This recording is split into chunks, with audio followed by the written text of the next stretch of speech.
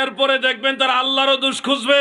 Originally এদের ঈমান নাই, এরা ওলি আল্লাহও সম্মান করে না, সাহাবীদেরও সম্মান করে না, এরা নবীদেরও সম্মান করে না, এরা রাহমাতুল লিল আলামিনকেও সম্মান করে না। ঠিক কিনা বলেন?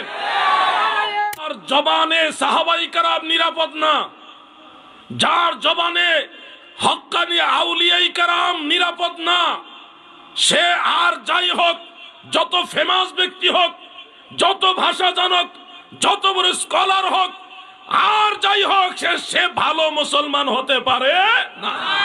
যে পীরে নামাজ পড়ে না সে পীর না, সাইনবোর্ডে পীর, কিন্তু মূলত সে শয়তানের এজেন্ডা বাস্তবায়ন করতেছে। কোন কারামত অলৌকিক এই ধরনের ঘটনা দেখেই ওলি আল্লাহ বিচার হয় না। ওলি আল্লাহ বিচার করতে হবে রাসূল পাকের শরীয়ত দেখে। আকীদায়ে আহলে সুন্নাহ এবং রাসূল পাকের শরীয়ত যার ভিতরে আছে সেই সত্যিকারের ওলি। এতে কারামত থাকতেও পারে, কারামত নাও থাকতে পারে। সবচেয়ে বড় কারামত হলো আল্লাহ রসুলের শরীয়ত এই 1450 বছর পরেও সমাজের মধ্যে টিকিয়ে রাখাটাই হলো সবচেয়ে বড় কারামত। নবীর বিধান যে টিকায় রাখতে পারে সে সবচেয়ে বড় কারামতওয়ালা। যার কাছে নবীর বিধান নাই, শরীয়ত নাই, আকীদায়ে আহলে সুন্নাহ নাই, গাউসে পাক বলেছে সে যদি বাতাসের উপর দিয়ে যায়, পানির উপর দিয়ে হেঁটে যায়, তারপরও তাকে বিশ্বাস করা যাবে না। কঠিন ব্যাপার ভাই আমার। এই জন্য আহলে সুন্নাহ ওয়াল জামাত, এই সুন্নি আকীদার গুরুত্ব যার কাছে আছে তারাই হলো সত্যিকারের ওলি আল্লাহ। আর যারা শুধুমাত্র মুরিদের পকেটের দিকে তাকিয়ে থাকে, গরু মহিষ নিয়ে যাবে, বিভিন্ন হাদিয়া নজরানা নিয়ে যাবে, এগুলি দিয়ে তাকিয়ে থাকে, কোনো আকীদার গুরুত্ব নাই, নবীজির শরীয়তের বিধানেরও কোনো গুরুত্ব নাই, এরা আর যাই হোক, এরা ভালো মুসলমানও না, পীর হওয়া তো দূরের কথা। ভাই বন্ধুরা আমার, বেজার হইতেছেন নাকি? এটাই সিরিয়াস কথা, এটাই শেষ কথা। নবীর শরীয়ত যেই পীরের কাছে নাই সে কখনো পীর হইতে পারে না। যেই পীরে নামাজ পড়ে না সে পীর না, সাইনবোর্ডে পীর, কিন্তু মূলত সে শয়তানের এজেন্ডা বাস্তবায়ন করতেছে। নামাজ লাগবে, নবীর শরীয়ত বহাল রাখতে হবে। দাজ্জাল এক ভয়ঙ্কর ফিতনা, সে এরকম অলৌকিক ঘটনা দেখাবে, দেখানোর পরে পৃথিবীর অধিকাংশ মানুষ দাজ্জালের অনুসারী হয়ে যাবে। পৃথিবীর প্রায় সকল নারীরা দাজ্জালের অনুসারী হবে, অল্প কিছু নারী ব্যতীত। ইহুদি খ্রিস্টান সবাই দাজ্জালের অনুসারী হয়ে যাবে। মুসলমানদের অধিকাংশই দাজ্জালের অনুসারী হয়ে যাবে। অল্প কিছু মুসলমান তারা শুধুমাত্র দাজ্জালের অনুসারী হবে না। চিন্তা করার বিষয়। মনে রাখবেন, ভাইরাল হওয়া আর কি বলে এটাকে, বেশি পরিচিতি লাভ করা, এটাই মূলত হক হওয়ার জন্য মূল কারণ না। হক ওই ব্যক্তির কাছে আছে যার আকীদা আহলে সুন্নাত ওয়াল জামাত এবং রাসূল পাকের শরীয়তের উপর আছে, যার জবানে আল্লাহর হাবিবের সম্মান নিরাপদ না, যার জবানে সাহাবায়ে কেরাম নিরাপদ না, যার জবানে হক্কানি আউলিয়ায়ে কেরাম নিরাপদ না, সে আর যাই হোক, যত ফেমাস ব্যক্তি হোক, যত ভাষা জানক, যত বড় স্কলার হোক, আর যাই হোক, সে ভালো মুসলমান হতে পারে না।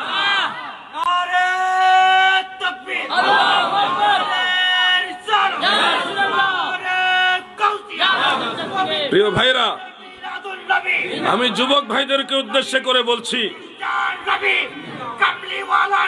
জিন্দাবাদ। যুবক ভাইদের উদ্দেশ্য করে আমি দুইটি কথা বলি, শোনো ভাই। বিশেষ করে যুব সমাজকে উদ্দেশ্য করে কথাগুলি বলছি। আপনারা ডানে ভাবে নজর করলে অনেক স্কলার পাবেন যারা বিভিন্ন আউলিয়ায়ে কেরামের সম্মানকে ছোট করে উপস্থাপন করে।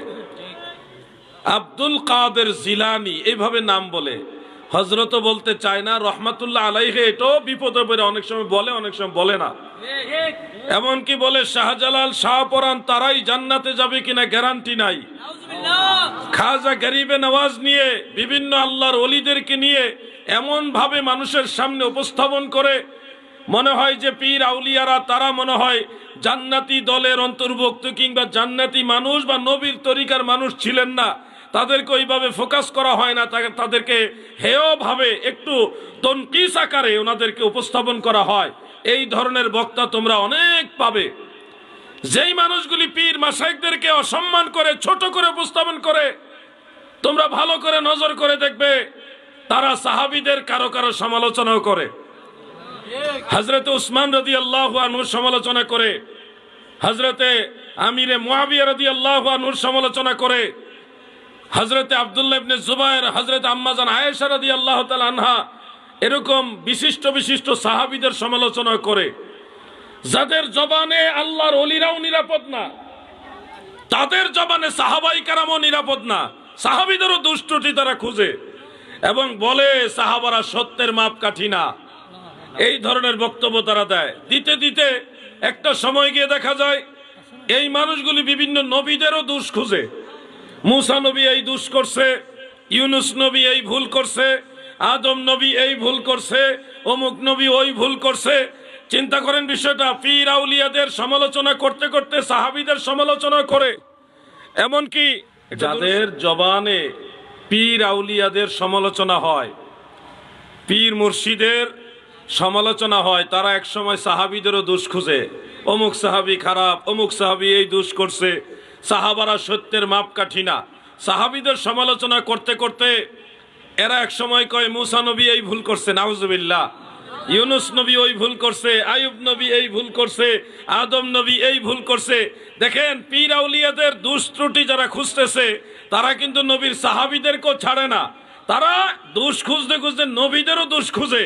এরপরে সর্বশেষ আমরা তাদের বই পুস্তকে দেখি তারা বলে আমাদের নবীও নাকি ভুল করছে।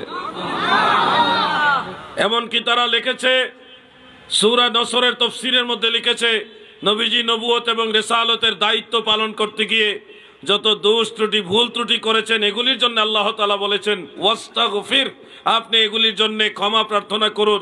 তার মানে আমাদের নবীর দোষ খুঁজছে তারা। এরপরে দেখবেন তারা আল্লাহরও দোষ খুঁজবে। অরিজিনালি এদের ঈমান নাই, এরা ওলি আল্লাহও সম্মান করে না, সাহাবীদেরও সম্মান করে না, এরা নবীদেরও সম্মান করে না, এরা রাহমাতুল লিল আলামিনকেও সম্মান করে না। ঠিক কিনা বলেন? তাকবীর, নারায়ে রিসালাত, ওলি নবীর দুশমনেরা হুশিয়ার, সাবধান, ওলি নবীর দুশমনেরা। প্রিয় ভাইরা, আপনি মাজারে যাবেন, গিয়ে জিয়ারত করবেন, আপনার মনে ভক্তি আসছে, ভালোবাসা আসছে, মনে চাইছে সেখানে একটা গরু দিবেন, একটা ছাগল, একটা খাসি দিবেন, সেখানে রান্না বান্না করে মেহমান মুসাফির, সেখানে অনেক ধরনের মেহমান আসে, মানুষরা সবাই খাবে, আপনিও খাবেন, মানুষকে খাওয়াইলেন, এটা আপনার ভক্তির ব্যাপার, এটার সমালোচনা করে তারা। এরপরে ধরেন আপনি যদি একটু অগ্রসর হন, আপনি আল্লাহর হাবিবের বা নবীদের মহব্বতে আপনি নবীর দুরূদ সালাম এগুলি পড়লেন, সালাতু সালাম পড়লেন, মিলাদ পড়লেন, এটা নবীজির সাথে সম্পৃক্ত। আপনি যদি নবীদের দুরূদ শরীফ পড়েন, নবীজির উপরে সালাতু সালাম পড়েন, তখনই দেখবেন এই মহলটা একটু বেজার হয়, বিদআতের ফতোয়া সাপ্লাই দেয়। আপনি যদি হযরতে উসমান, হযরতে আমিরে মুআবিয়া, হযরতে আম্মা জান আয়েশা সিদ্দিকা এই ধরনের সাহাবীদের সম্মান বলেন, দেখবেন এই মানুষগুলি বলবে এরা এরা এরা হলো বিদআতি, এরা যে ভুল করেছে সাহাবীদের নিয়ে আলোচনা করে তারা অসন্তুষ্ট হয়। আপনি পীর আউলিয়া দিয়ে আলোচনা করলেও, তাদের সম্মান গাইলে, তাদের কাছে গেলেও তারা বেজার। আবার ওই বিখ্যাত বিখ্যাত সাহাবীদের সম্মান গাইলেও তারা অসন্তুষ্ট হয়। আপনি যখন নবীদের ঘটনা বলবেন, মুসা নবীর ঘটনা বলবেন, আইয়ুব নবীর ঘটনা বলবেন, তখন তারা আপনাকে বলবে এরা কিচ্ছা খায়নি বলে, তারা অসন্তুষ্ট হবে। এমনকি আপনি যখন রাহমাতুল লিল আলামিন নবীর সম্মান বলবেন, নবীর সালাতু সালাম পড়বেন, তখনও দেখবেন তাদের চেহারা মলিন হয়, তারা খুশি হইতে পারে না। যারা নবীজির রাহমাতুল লিল আলামিন নবীর সম্মানে খুশি না, নবীদের আলোচনায় বলে কিচ্ছা কাহিনী, সাহাবীদের আলোচনা করলেও বিভিন্ন ভাবে তারা নেগলিজেন্সি করে অসন্তুষ্ট হয়, পীর আউলিয়ার সম্মানও শুনতে পারে না, এরা কখনো ভালো মুসলমান হতে পারে না।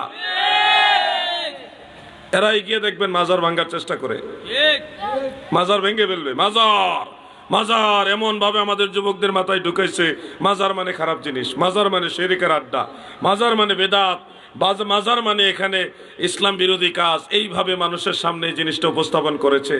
ভাই, আমি আপনাদেরকে বলি, সব স্কুলে ভালো স্টুডেন্ট আছে, আবার কিছু দুর্বল স্টুডেন্টও আছে।